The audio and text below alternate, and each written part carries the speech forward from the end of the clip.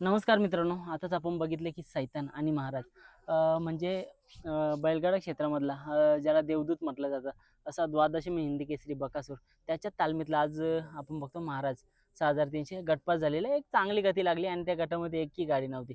एक बघायला गेलं तर खूप छान पळाले. चला मामाशी बोलू. ओ मामा नमस्कार. नमस्कार. मामा काय सांगाल आज बकासूरची सगळीजण वाट बघत होते कारण का याच मैदानामध्ये आपली महाराष्ट्राची लाडकी एवन जोडी पळालेली हं. मथुर आणि बकासूर ती दोन्ही नंदी आज मैदानामध्ये नाही. सगळीजण प्रेक्षक वर्ग वाट बघत होते की कधी बकासूर येईल कधी मथुर येईल. कोणीच नाही आला आज. काय सांगाल? नाही बैलाचं नियोजनच नाही झालं बकासूरचं आणि मागच्या वेळेस आपला इथं थोडासा पराभव झाला. त्याच्यामुळं आता यावर्षी असं ठरवलं पळालं तर चांगल्याच गाड्यात पळू, नाही तर मग बैल बांधून ठेवू. त्याच्यामुळे रात्री 11 वाजेपर्यंत नेला त्याला पे करून पायरा बघत होतो, हम्म. पण कोणताच बैल रिकामा नव्हता. ओके. हं. मग बकासूरला पहिरा नाही म्हणजे सगळीजण शॉक होतात कारण का बघा आता प्रत्येक जण बोलतात नाही कमेंट्सद्वारे काय असू द्या होते किंवा आता बरेचशे वेळेस.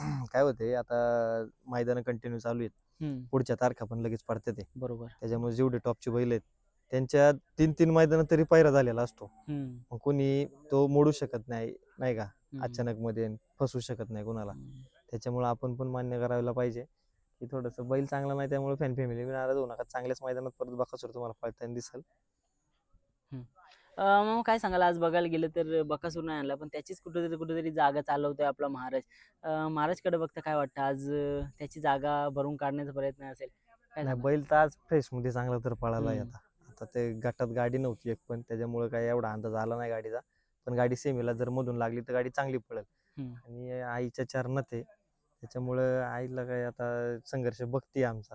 हम्म. आज काहीतरी आमचं घडेल असं वाटतंय. मग संघर्षाचं बोलायचं झालं तर खूप सारा संघर्ष बघताय. आता त्या दिवशी पण चांगली गाडी म्हणजे निर्वळ वर्चस्व होता. एकदम फुल्ली निकाल घेतलेला.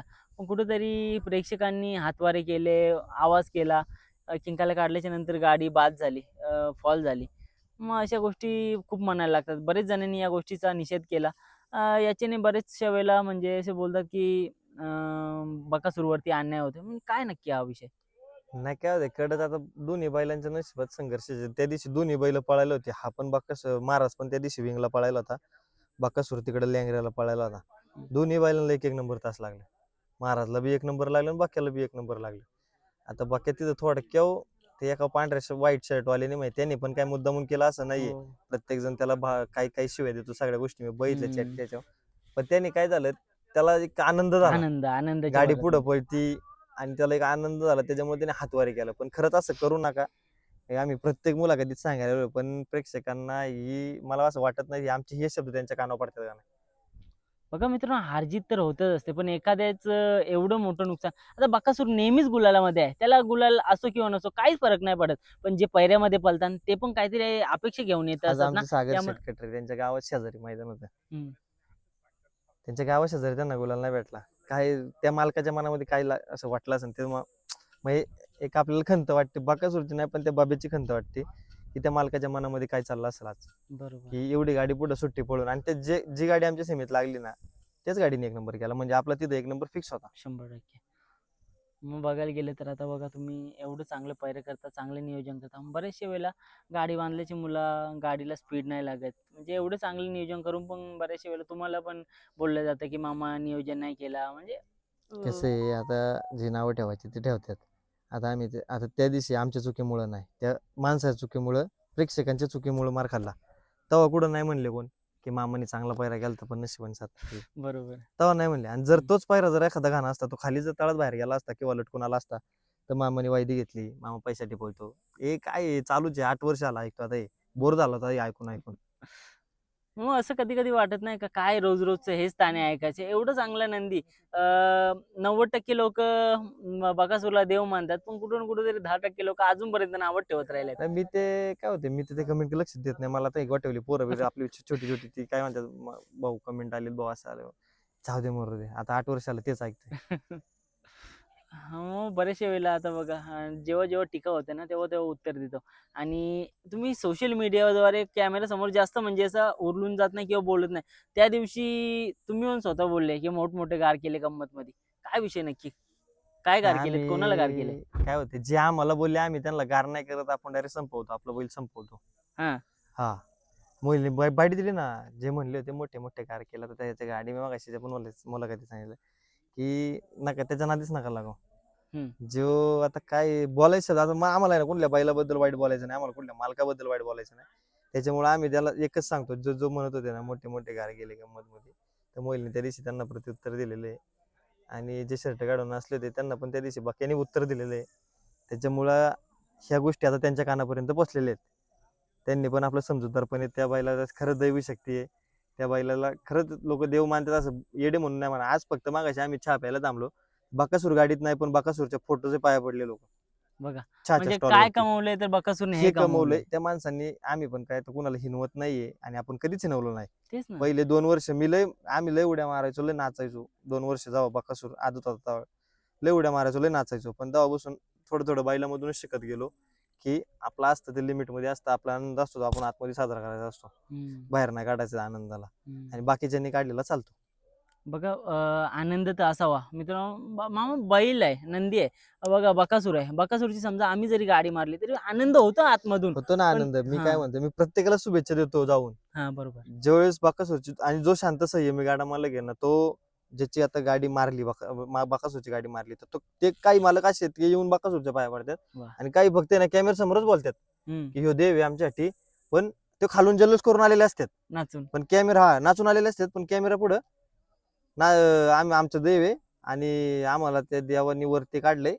हे आता अवघड आहे. सगळ्या गोष्टी कॅमेरा पुढे ना. एक तुम्हाला मैदानात दाखवायचे दात वेगळे आहेत आणि कॅमेऱ्यात बोलायचे दात वेगळे आहेत. हे लय डेंजर काम आहे लोकांचं. बघा मी लय वेळा बघितले. बघा बैलगाडी क्षेत्र आहे ना, त्याला दोन चेहरे आहेत. आता जरी पण कॅमेरे समोर एक असले ना तरी मालक एकाच समोर एक म्हणजे जल्लोष करत असतात, नाचत असतात, ओढत असतात. हे समोर समोर सगळं बघतात. आणि आज मला तर वाटतं कधी कॅमेरा समोर बोलून जरी दाखवलं नसेल मामांनी किंवा अशा काही गोष्टी, पण बऱ्याचशा गोष्टी मनाला लागतात. त्याच्यामुळे कुठं ना कुठं तरी या गोष्टी मोहिल शेटच्या तोंडातनं असू दे, मामांच्या तोंडातनं असू दे, येत असतात. काय सांगाल मामा? कारण का आता बघतो बैलगाडी क्षेत्र खूप चांगल्या वळणाकडे चाललेलं आहे. परत कुठे एखाद्याला आपण चिडून परत हा क्षेत्र कुठेतरी वेगळ्या वळणावर नको जायला.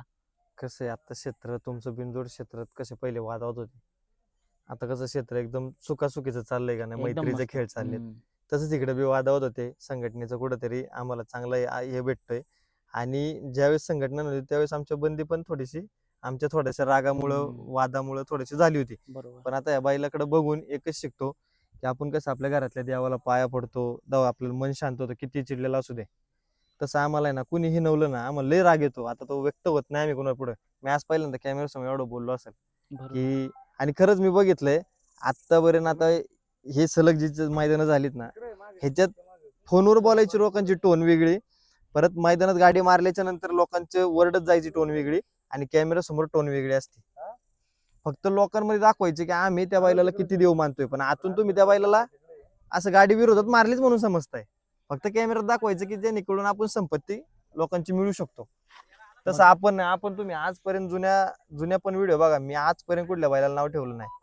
आजपर्यंत माझं आणि मोहिलचं आहे. आम्ही कुठल्याच बैलाला नाव ठेवतो. आम्ही माणसांना लय बोलतो आणि ते बी मोजक्याच बोललो असेल. आम्ही बैलाला कधीच नाव नाही ठेवतो, म्हणून आमच्या दावणीला दुसरा तरी हिरा घडतोय अजून. जे नाव ठेवते त्यांची तर बसली गाठाला जातात घरी आता. बघा मित्रांनो, एवढा चांगला नंदी आहे. कुठं ना कुठेतरी आपला नंदी जसा आहे ना तसाच इतरांचा बघा. आता सगळी जण महाराष्ट्र बघतोय, भारत बघतोय, त्याला देव म्हणून त्याच्याकडे बघतात. आणि मला तर वाटतं सगळ्यांनी जो आपला बकासूर असू द्या किंवा इतर नंदी असते, प्रत्येकाला देवच म्हणून त्याच्याकडे बघितलं पाहिजे. मग शेवटचाच प्रश्न घेतो. आता बघा या मैदानामध्ये एक शोभा वाढवली, किती सारे प्रेक्षक वर्ग आलेले गेल्या वर्षी मथुर बकासूरसाठी. काय सांगाल या दोघांसाठी? कारण का हे दोघं महाराष्ट्रातले असे कोहिनूर आहेत. माझ्या डोक्यात रात्री हा पण विषय आलता काल तरी 4-3च्या दरम्यान की आपण मथुर आणि बकासूर हाणू.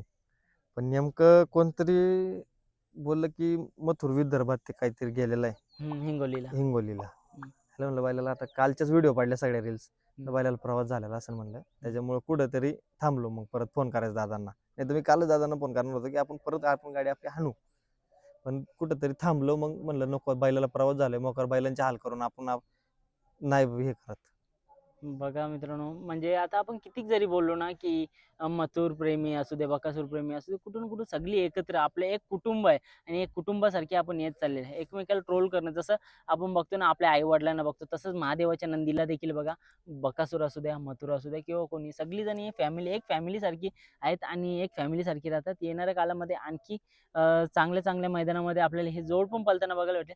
धन्यवाद मामा, वेळातनं वेळ धन्यवाद. काढून दिल्याबद्दल. एक मोठी मुलाखत नंतर घेऊ आपण.